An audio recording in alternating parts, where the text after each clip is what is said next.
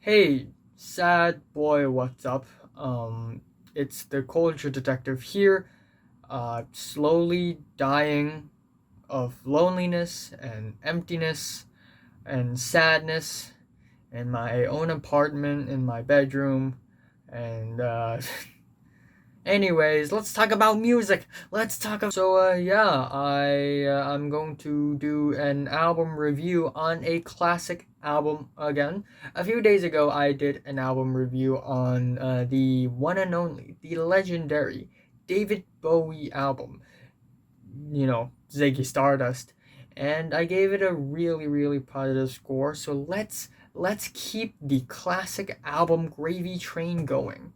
And this time I'm going to review a metal album, and that is Emperor's In The Nightside Eclipse, a black metal album released in 1994. And Emperor is a band from Norway, because if you don't know this, Scandinavia and the Nordic countries, they are really famous for their black metal scene. I mean, bands like Burzum and Mayhem are actually also from Norway, I think. So Norway is the ultimate black metal country.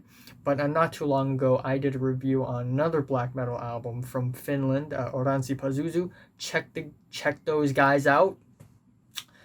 So yes, I won't say that Emperor is a pioneer of the black metal at all, because black metal already started in the 80s with bands like Dark Throne and again Burzum, Mayhem.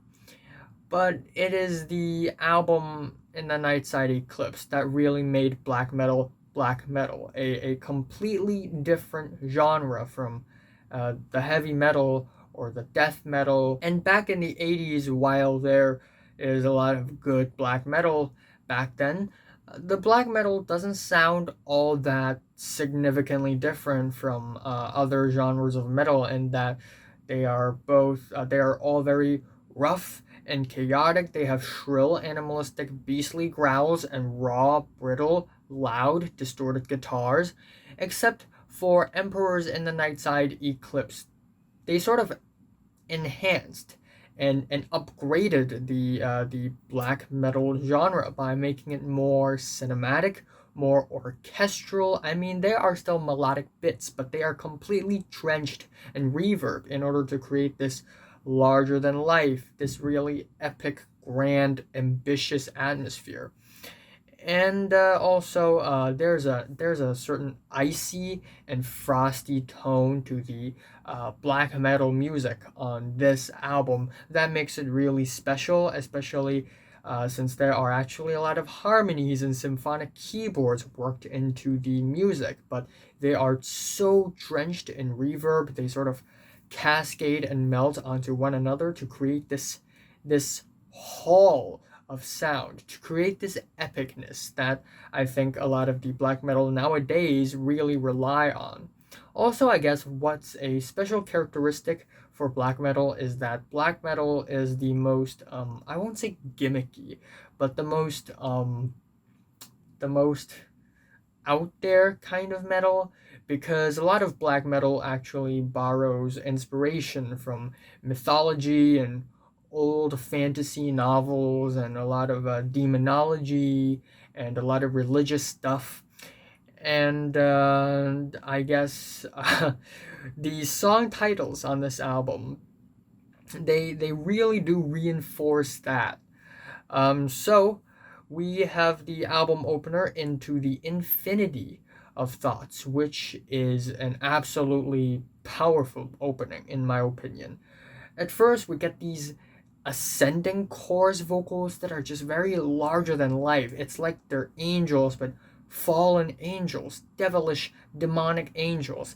And then when the growls come in, I mean, those growls are not just your average growls, they are very animalistic and inhuman in a way. I won't say it's raw, but it's just very shrill, and it's just like a wall of screeches. And then we get these descending echoey guitars, just oh, and it's very drony and loud, and it's like I'm being sucked into it. It's like there's a void. It's like I'm falling into the abyss of nothingness and emptiness, and it's really epic.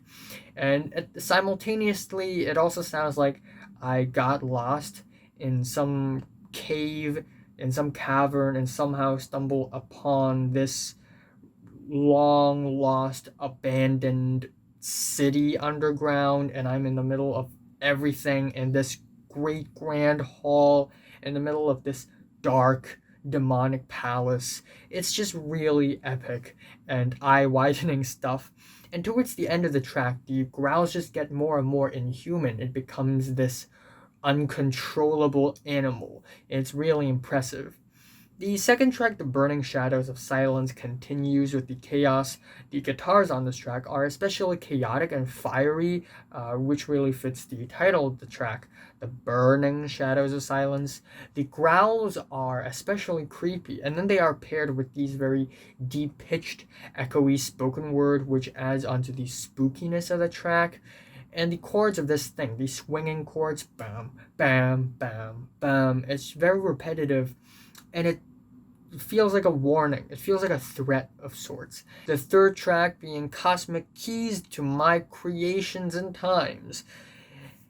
And the track sort of opens with heavy, head-banging guitar riffs. And then for the entire first half of the track, it's just a very harmonious and homogeneous wall of just guitars and sound, a very muscular, strong blast beat. And then in the second half, it sort of slightly changes the motif a little bit, just slightly, in a way giving it more versatility, but still maintaining the very animalistic and mysterious and shrouded attitude. The fourth track, Beyond the Great Vast Forest, may not be one of the more eventful or stand-out tracks on the entire album, but I have to say this, the very ghostly, reverby keyboards in the middle of the track, they are certainly a standout for me. The way they just glide and beam on top of the wall of guitars creates a pretty interesting image. And we have the track Towards the Pantheon, which has a really soft, almost acoustic opening, and then it sort of explodes and blasts into this really epic thing. And one standout thing from this track is the running, booming drums. Usually the drums are, very consistently blasting from front to back, but on this track, the drums are more animalistic, like a running horse of sorts. The next track, The Majesty of the Night Sky, is also a very special track in my opinion.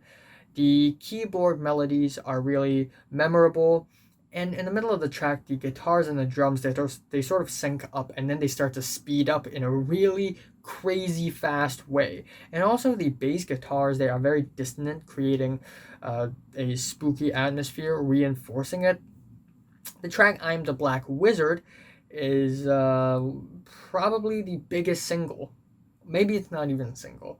I don't know. But probably the biggest song on this album. Maybe the biggest song from Emperor. And I guess I kind of understand why. It has a pretty linear and accessible structure. In the opening few minutes of the track, the devilish shots of guitars left and right create a really strong impression. But then if you enter the core of the track, we get this really grand and holistic and powerful wall of guitars that don't necessarily sound demonic or evil, but they just simply sound powerful and larger than life, like very holy and religious. The album ends off really brilliantly with three very memorable tracks. Inno a Satana is also a somewhat accessible track, also one of the more accessible tracks from Emperor and in black metal in general. What I really like about this track is that there's a burning sensation to everything. The guitars, the drums, maybe it's just me, but I feel this way, and in a sense, there's a sort of elevated energy on this track that I find outstanding from the rest of the tracks on the album. And also A Fine Day to Die. In the beginning, it starts off with this very sorrowful and depressing soft hymn.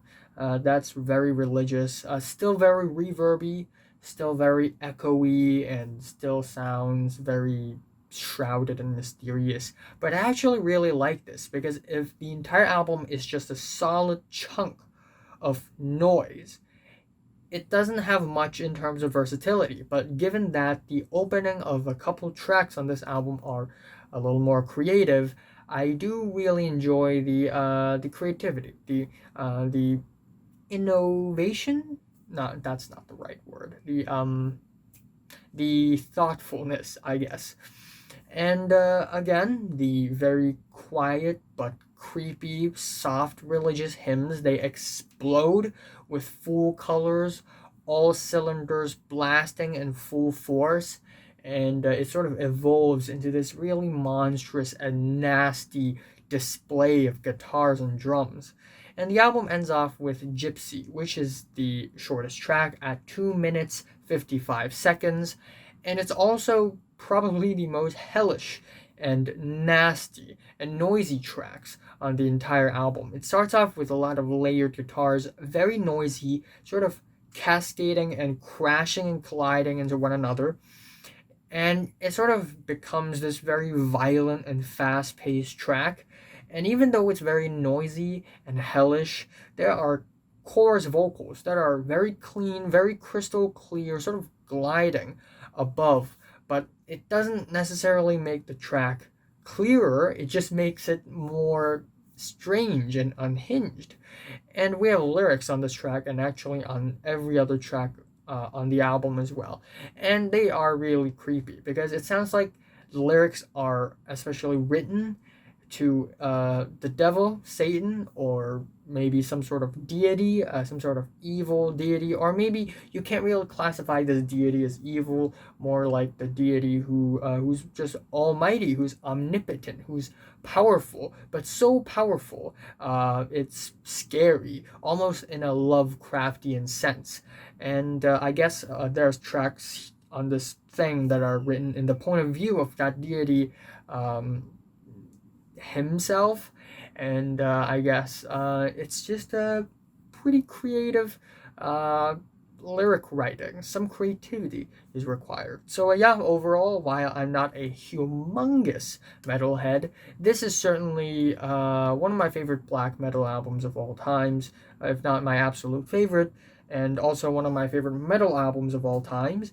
I don't think I've covered enough metal on my channel, to be honest. I did review a liturgy, an altar of plagues, and an agalach not too long ago, and gave them all three really positive reviews. But this is a straight classic.